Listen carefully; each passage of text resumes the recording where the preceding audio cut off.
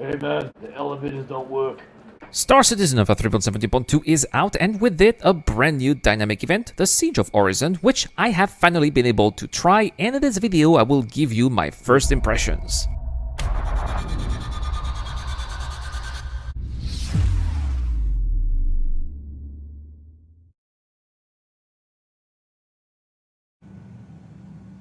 Hello guys and welcome to the channel, it's the Eradicator, and as you can see I am on the shuttle on my way to the conflict zones in the outskirts of Crusader's floating city, ORISON, and I say outskirts here because our destination is about 110 kilometers away from the main platform, the landing zone, so it does take some time to reach Solensky, which is the first stage of this dynamic event, but fortunately we get briefed both by Rowena Dooley, or handler of the Civilian Defense Force, and by the Ninetale themselves, who tried to discourage us, of course. So in addition to the view, which is always superb during the day on Crusader, the waiting time aboard the shuttle does feature something to do in the form of listening to what they have to say.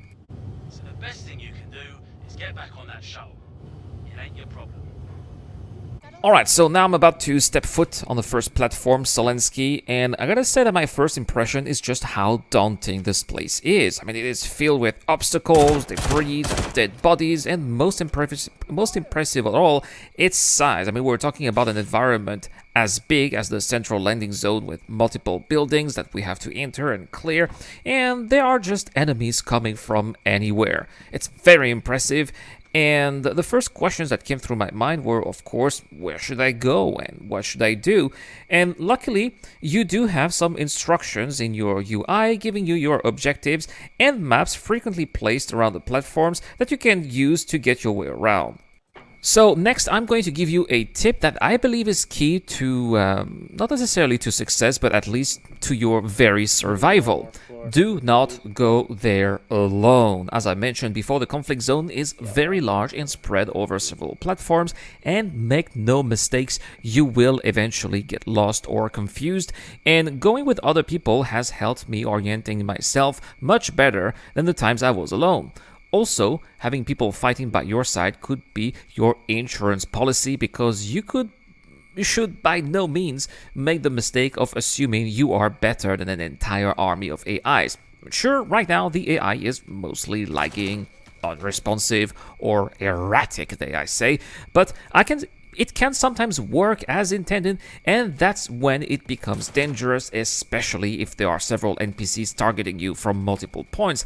And this is a kind of situation that, based on my experience, will repeat itself on countless occasions, and there were plenty of times I had to patch myself up or rely on somebody to revive me. Vice versa, there were also plenty of times I revived fellow players who then helped me out when I happened to be in dire straits. The Siege of ORISON is therefore a cooperative event that does require cooperation, coordination, in order to successfully be completed. Then we'll talk about the equipment you'll need to survive the event, and I think that there are a couple of must-haves you'll need to get if you want to have a fighting chance. First, you'll need some armor, because as I mentioned before, you will get shot, so you want the enemy's shot to have as little effect as possible, and for that you will need some heavy armor that you can loot off some NPCs or some players, or that you can buy at Crusader L1, which is where I have my respawn point. Why, you may ask? Well, the shops over there sell everything I need, which is not the case on ORISON, so the time I spend traveling back to the conflict zone is compensated by how much longer I survive with that better equipment. Next, you will need some guns. Again, Crusader L1 is ideal because the local gun shop sells everything you need. You can have FS9s for heavy firepower and close combat. They also sell Gallant energy rifles for close and mid-range encounters, and also snipers for longer range.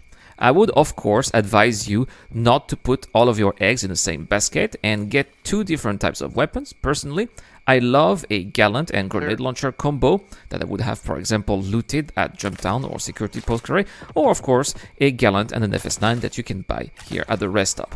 Finally, you will need some medical equipment, a healing gun of course, and also some recharges because, well, you will end up using it a lot, and also some med pens in case your medical gun gets bugged, because unfortunately those things do happen, and if you end up bleeding out, you will be glad to have those as a backup. So there we have it, guys. This is what I have to say about the Siege of Orison, which I think is a lot of fun, especially with the increase of player cap per server. It just feels awesome to get an experience, intense ground combat situation with a lot of players, and with its scope and bespoke location, it does feel like an epic moment of gaming and makes me want to come for more despite the lack of progression we'll make throughout this 3.70.2 patch cycle. But let me know in the comment section down below, guys, what has been your most epic Siege of Orison moment. How long have you survived over there? It'll be very interesting to read your experience in the comment section down below, guys. Thank you so much for watching. As always, thank you so much to Dr. Fabin, Captain Steak, Eric Own, Geek Citizen, and the DJ Dun. It's the Eradicator. I will see you guys later.